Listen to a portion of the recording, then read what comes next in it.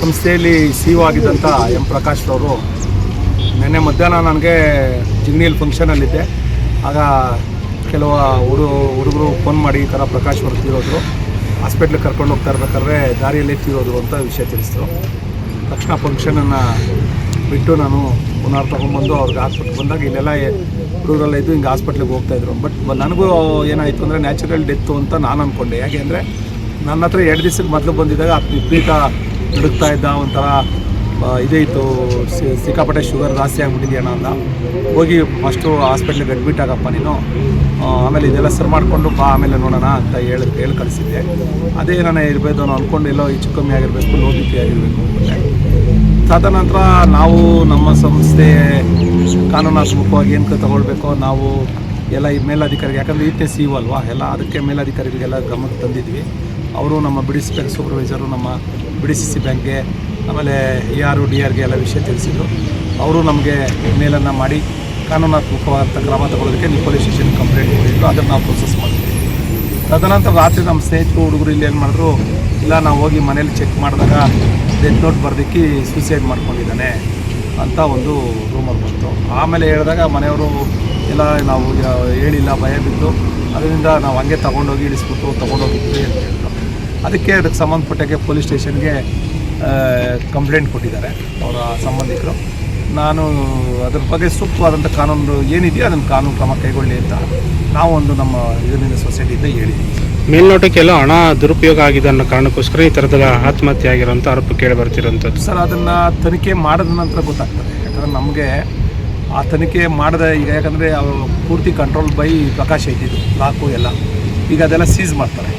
Seize ಮಾಡಿ ಪಂಚನಾಮೆ ಮಾಡಿ ತಿರ್ಗಾ ಇನ್ನೊಬ್ಬ ಅಧಿಕಾರಿಗಳು ಬಂದು ತೆಗಿಬೇಕಾದ್ರೆ ತಿರ್ಗಾ ಪರ್ಮಿಷನ್ ತೊಗೊಬೇಕಾಗ್ತದೆ. ತಿರ್ಗಾ ಕಂಪ್ಲೇಂಟ್ ಕೊಟ್ಟು ತಿರ್ಗಾ ಅವ್ರ ಮುಖಾಂತರ ತೆಗೆದು ಎಲ್ಲ ಚೆಕ್ ಮಾಡಿ ವ್ಯವಹಾರಗಳನ್ನೆಲ್ಲ ಟ್ಯಾಲಿ ಮಾಡಿ ಎಲ್ಲ ಮಾಡಿ ಅವ್ರು ರಿಪೋರ್ಟ್ ಕೊಡಬೇಕು. ಡಿಪಾರ್ಟ್ಮೆಂಟು ರಿಪೋರ್ಟ್ ಕೊಟ್ಟರೆ ಮಾತ್ರ ಅದನ್ನು ಹೇಳ್ಬೋದೇ ಹೊರತು ಈಗಲೇ ಅದನ್ನು ನಾವು ಹೇಳೋದಕ್ಕಾಗಲ್ಲ. ಡೆತ್ ನೋಟಲ್ಲಿ ಕೆಲವೊಂದು ಅಕ್ರಮ ವ್ಯವಹಾರ ನಡೆದಿದೆ ಅನ್ನೋದು ಕೂಡ ಬರೆದಿಟ್ಟಿದ್ರು ಅಂತ ಮಾತುಗಳು ಬರ್ತಿದ್ವು.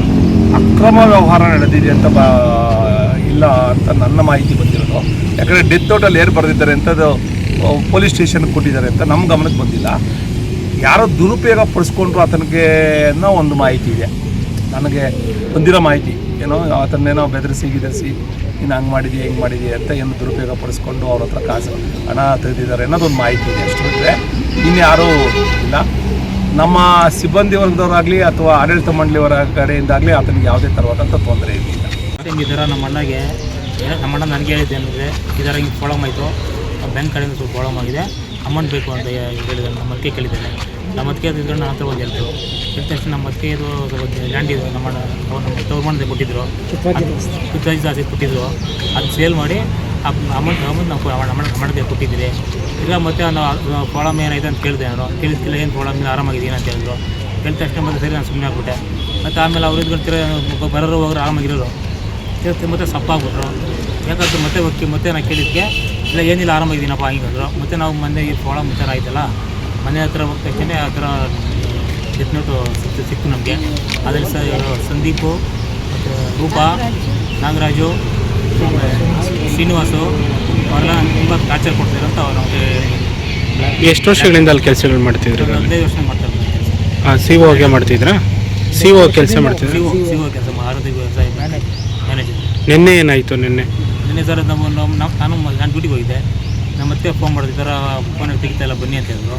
ಸರಿ ಅದಕ್ಕೆ ನಾನು ಏನು ಮಾಡ್ದೆ, ಸರಿ ಬರ್ತಿದ್ದೀನಿ ಡ್ಯೂಟಿಯಲ್ಲಿ ಹಿಂಗೆ ಬರ್ತಾಯಿದ್ದೀನಿ ಅಂತ ಬಂದೆ. ಬರೋಷ್ಟೊಳಗಡೆ ನಮ್ಮ ಮತ್ತೆ ಒಳಗಡೆ ಹೋಗಿ ಈ ಥರ ಹಂಗೆ ಹಾಕೊಂಡ್ತಿದ್ದೆ.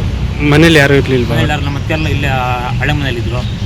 ನೆನ್ನೆ ಕೆಲ್ಸಕ್ಕೆ ಹೋಗಿರ್ಲಿಲ್ವ ಅವರು? ನೆನ್ನೆ ಕೆಲ್ಸಕ್ಕೆ ಹೋಗಿರಲಿಲ್ಲ? ನನಗೆ ಕೆಲ್ಸಕ್ಕೆ ಹೋಗಿಲ್ಲ ಅಂತ ಅವರೇ. ಇವರು ನಮ್ಮ ಅದಕ್ಕೆ ಹತ್ರ ಬಂದು ನಾಲ್ಕು ನಮ್ಮನ್ನು ಬಂದು ಕೇಳಿದ್ದಾರೆ, ನಿಮ್ಮ ಅಣ್ಣ ಎಲ್ಲಿದ್ದಾರೆ ಬೇಕಾಗಿತ್ತು ಅಂತ ಕೇಳೋರೆ.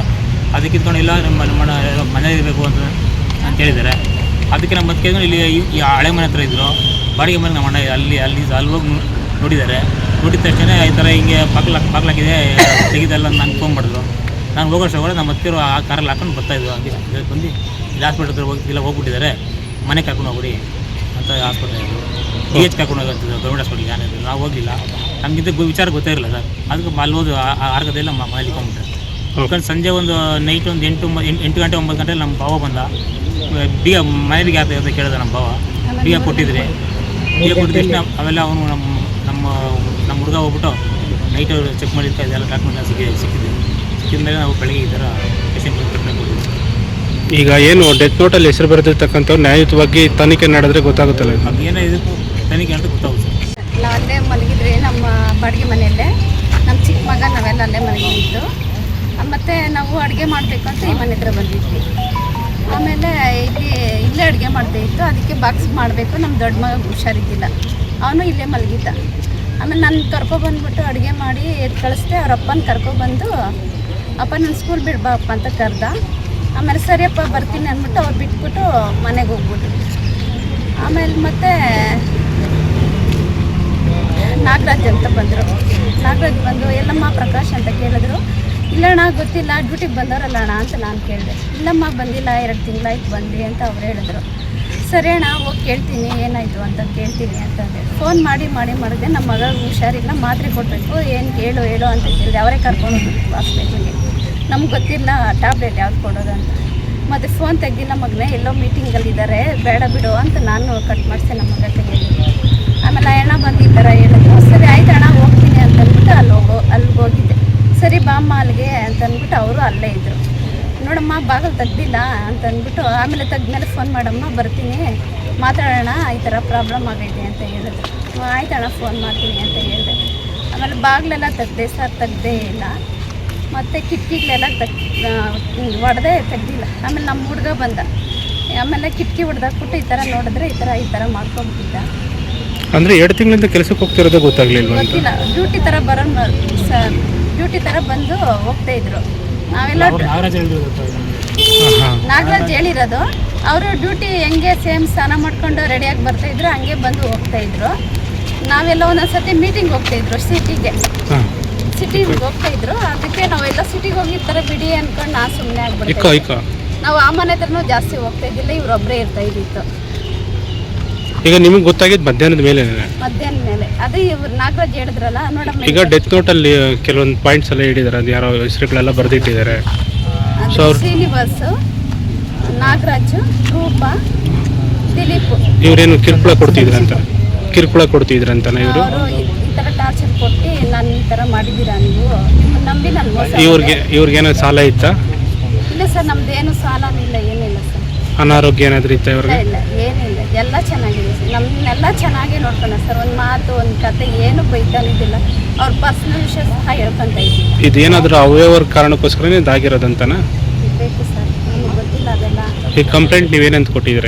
ಇದೇ ಥರ ಸರ್ ಕೊಟ್ಟಿರೋದು. ಇದೆಲ್ಲಿ ಏನು ಹೇಳಿದ್ದೀನೋ ಅದು ಅಲ್ಲ. ಡೆತ್ ನೋಟಲ್ಲಿ ಏನಿದೆಯೋ ಅವರು ನಮ್ಮ ಮಾವ ಆಗಿರ್ತಾರೆ. ಆರ್ಗದ್ದೆ ಸಹಕಾರ ಸಂಘ ವ್ಯವಸಾಯ ಸಂಘ ಬ್ಯಾಂಕಲ್ಲಿ ಮುಖ್ಯ ಕಾರ್ಯನಿರ್ವಾಹಕ ಅಧಿಕಾರಿಯಾಗಿ ಕಾರ್ಯನಿರ್ವಹಿಸ್ತಾ ಇರ್ತಾರೆ. ಸುಮಾರು 10 ವರ್ಷದಿಂದ ಕಾರ್ಯನಿರ್ವಹಿಸ್ತಾ ಇರ್ತಾರೆ. ಹೀಗೆ ಇರುವಾಗ ಯಥಾವತ್ತಾಗಿ ಕೆಲಸ ಕಾರ್ಯ ಎಲ್ಲ ಮಾಡ್ಕೊಂಡು ಹೋಗ್ತಾ ಇರ್ತಾರೆ. ನಮ್ಗೆ ಯಾವುದು ಮಾಹಿತಿ ಇಲ್ಲ, ಅವ್ರು ಆಡಳಿತಾತ್ಮಕವಾಗಿ ಏನು ತೊಂದರೆ ಇತ್ತು ನಮಗೆ ಮಾಹಿತಿ ಇಲ್ಲ. ಇತ್ತೀಚೆಗೆ 2 ತಿಂಗಳಿಂದ ಈಚೆಗೆ ತುಂಬ ಮಂಕಾಗಿದ್ರಂತೆ. ನಮ್ಮ ಅತ್ತೆಯವರು ಹೇಳಿದ ಪ್ರಕಾರ ಮಂಕಾಗಿದ್ದು ಒಬ್ಬೊಬ್ಬರೇ ಕೂತ್ಕೊಳ್ಳೋದು, ಒಬ್ಬೊಬ್ಬರೇ ಇದು ಮಾಡೋದು. ಲಕ್ಷಾಂತರ ರೂಪಾಯಿ ಹಗರಣ ಆಗಿದೆ. 43 ಲಕ್ಷ 44 ಲಕ್ಷ ಶ್ರೀನಿವಾಸ ಮೂರ್ತಿ ಎಂಬ ಒಬ್ಬ ವ್ಯಕ್ತಿ ತುಂಬ ಕಿರುಕುಳ ಕೊಟ್ಟು ಒತ್ತಡ ತಂದು ಈ ರೀತಿ ಅವ್ರ ಗ್ಯಾಂಗ್ ಏನಿದೆ ಸಿಬ್ಬಂದಿಗಳು, ಬ್ಯಾಂಕಿನ ಸಿಬ್ಬಂದಿಗಳು ಈ ಪ್ರಕರಣಕ್ಕೆ ಬಹಳ ಮುಖ್ಯ ಹಂತದಲ್ಲಿ ಇವರು ಕಾರ್ಯ ಅಧಿಕಾರಿಗಳೇ ಈ ರೀತಿ ಒತ್ತಡ ತಂದು ಮಾನಸಿಕವಾಗಿ ಅಸ್ವಸ್ಥನ ಮಾಡಿ ಈ ರೀತಿ ನೇಣಿಗೆ ಶರಣಾಗಿ ನಮ್ಮ ಅವರು ಪ್ರಾಣ ಬಿಟ್ಟಿದ್ದಾರೆ. ಈ ವ್ಯಕ್ತಿತ್ವಕ್ಕೆ ಡೆತ್ ನೋಟಲ್ಲಿ ಏನೇನು ಬರೆದಿದೆ? ಡೆತ್ ನೋಟಲ್ಲಿ ಅದೇ ಸಂಪೂರ್ಣವಾಗಿ ಮಾಹಿತಿ, ಅವ್ರ ಫೋನಲ್ಲಿ ಆಗಿರ್ಬೋದು, ಹ್ಯಾಂಡ್ ರೈಟಿಂಗ್ ಆಗಿರ್ಬೋದು, ಸಂಪೂರ್ಣವಾದ ಮಾಹಿತಿ, ಲೆಕ್ಕಾಚಾರ ಆಗಿರ್ಬೋದು, ಯಾರ್ಯಾರ ಬಗ್ಗೆ ಏನೇನು ಎಷ್ಟೆಷ್ಟು ಕೊಟ್ಟಿದ್ದೆ ಅನ್ನೋ ಎಲ್ಲ ದಾಖಲೆಗಳನ್ನು ಡೆತ್ ನೋಟ್ ಮಾಡಿ ಅವರು ಹೊರಟುಬಿಟ್ಟಿದ್ದಾರೆ. ಟೇಬಲ್ ಮೇಲೆ ಇತ್ತು, ನಾವೇ ತೆಗೆದು ಪೊಲೀಸ್ ಸ್ಟೇಷನ್ಗೆ ಕೊಟ್ಟಿದ್ದೀವಿ. ಕಾನೂನು ಪ್ರಕಾರ ಏನು ಮಾಹಿತಿ ಆಗ್ತದೋ, ಏನು ತನಿಖೆ ಆಗ್ತದೋ ಆಗಿ ಆ ವ್ಯಕ್ತಿತ್ವಕ್ಕೆ ನ್ಯಾಯ ಕೊಡಬೇಕು ಅನ್ನೋದು ನಮ್ಮ ಉದ್ದೇಶ. ಈ ಪ್ರಕರಣದಲ್ಲಿ ಯಾವ ವ್ಯಕ್ತಿಗಳು ಏನೇ ತಪ್ಪು ಮಾಡಿದ್ರು ಅವ್ರಿಗೆ ಕಾನೂನು ಪ್ರಕಾರ ಶಿಕ್ಷೆ ಆಗಬೇಕು ಅಂತ ನಾವು ಕೇಳ್ಕೊಳ್ತಾ ನಮ್ಮ ಮಾತುಗಳನ್ನ ಮುಗಿಸ್ತೀವಿ.